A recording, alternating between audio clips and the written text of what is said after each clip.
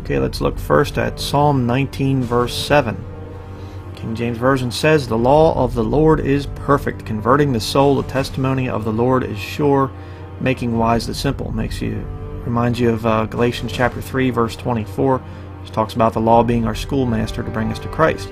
But look at the NIV. The law of the Lord is perfect, reviving the soul. Not converting, just merely reviving the soul. Not the same thing. Okay, Psalm 68 verse 15. King James Version says, "The hill of God is as the hill of Bashan, and high hill as the hill of Bashan." Okay, let's look at the NIV. "The mountains of Bashan are majestic mountains, rugged are the mountains of Bashan." What about the hill of God? Why would they take out the hill of God? Seems kind of peculiar. Psalm 68 verse 17. King James Version says, "The chariots of God are 20,000, even thousands of angels. The Lord is among them, as in Sinai in the holy place." Alright, let's look at the more modern NIV. "The chariots of God are tens of thousands and thousands of thousands." What about thousands of angels? "The Lord has come from Sinai into his sanctuary." Why would they take out the thousands of angels? Is that a more modern, updated reading? Psalm 72 verse 5. "They shall fear thee as long as the sun and moon endure, throughout all generations." Okay? You aren't going to believe what the NIV has to say about this. "He will endure as long as the sun, as long as the moon, through all generations." Well, if you look up there in Peter, it talks about the sun and the moon passing away. Let's look at this. 2 Peter chapter 3 verse 10. "But the day of the Lord will come as a thief in the night, in the which the heavens shall pass away with a great noise, and the elements shall melt with fervent heat. The earth also and the works that are therein shall be burned up." So apparently, according to the NIV, they say that he will endure as long as the sun and the moon. So in other words, when the heavens pass away with a great noise, I guess that's the end of God, according to the NIV. You talk about blasphemy. Psalm 109 verse 6. Let's look at another one. "Set thou a wicked man over him, and let Satan stand at his right hand." Okay, what does the NIV have to say? Well, let's look. "Appoint an evil man to oppose him, let an accuser stand at his right hand." An accuser. Okay, well, that could be anybody. I know Satan is the accuser of the brethren. Yeah, I know that. But why would they take the name Satan out there and just say an accuser? Okay, Psalm 145 verse 17. "The Lord is righteous in all his ways and holy in all his works." Okay? Look at the NIV. "The Lord is righteous in all his ways and loving toward all he has made." So apparently God loves everybody. Doesn't matter if they're rejecting Jesus Christ. Oh no, God loves everybody, loving toward all he has made. That is a lie. That's not what the Bible teaches. Proverbs chapter 8 verse 36. Here we have the King James Version. "But he that sinneth against me wrongeth his own soul. All they that hate me love death." Okay, you sin against God, you will wrong your own soul, because you'll go to hell for all of eternity. Look at the NIV. "But whoever fails to find me harms himself." Himself. Not your soul. "All who hate me love death." The big difference between harming yourself and wronging your soul. Look at the next one. Proverbs chapter 18 verse 24. Here's another good one. "A man that hath friends must show himself friendly, and there is a friend that sticketh closer than a brother." If you want friends, you have to be friendly, is what the King James Version is saying. What's the NIV say? "A man of many companions may come to ruin." But there is a friend who sticks closer than a brother. Okay, so you shouldn't have very many friends according to the NIV. It might bring you to ruin. It's ridiculous. Look at the next one. Proverbs chapter 19 verse 18. Okay, "Chasten thy son while there is hope, and let not thy soul spare for his crying." Okay, you are to spank your children. What does the NIV say? "Discipline your son, for in that there is hope. Do not be a willing party to his death." Okay, so King James Version has crying, and the NIV says death. It's a little bit of a difference there. Proverbs chapter 20 verse 25.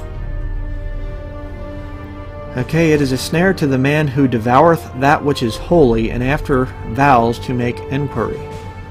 Okay, what does the NIV say? It is a trap for a man to dedicate something rashly, and only later to consider his vows. So the NIV says dedicate something rashly. King James Version says devoureth that which is holy. Big difference. Proverbs chapter 26, verse 10. The great God that formed all things both rewardeth the fool and rewardeth transgressors. Okay, he causes the sun to light on the righteous as well as the sinner. Okay, what does it say in the NIV?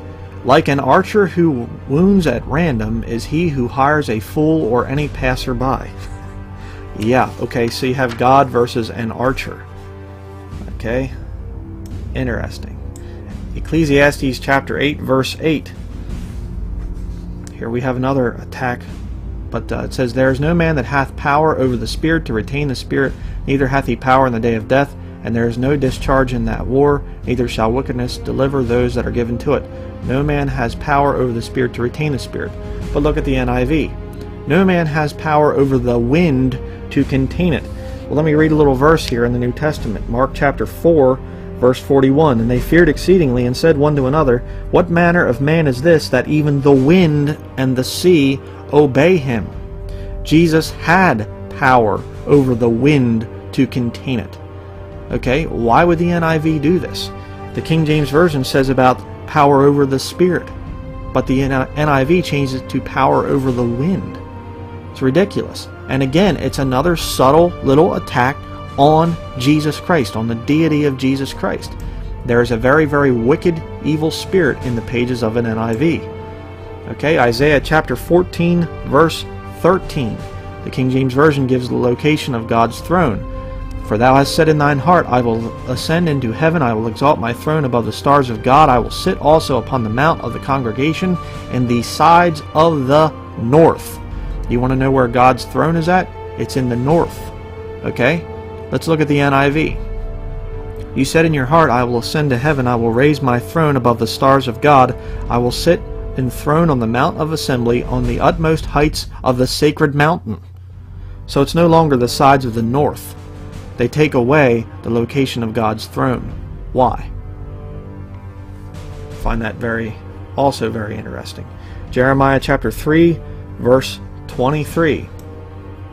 Truly in vain is salvation hoped for from the hills, and from the multitude of mountains. Truly in the Lord our God is the salvation of Israel. Okay? NIV. Surely the idolatrous commotion on the hills and mountains is a deception. Okay, so you have in vain is salvation hoped for in the King James Version. In the NIV, it's idolatrous commotion on the hills. Okay, Daniel chapter 6, verse 7.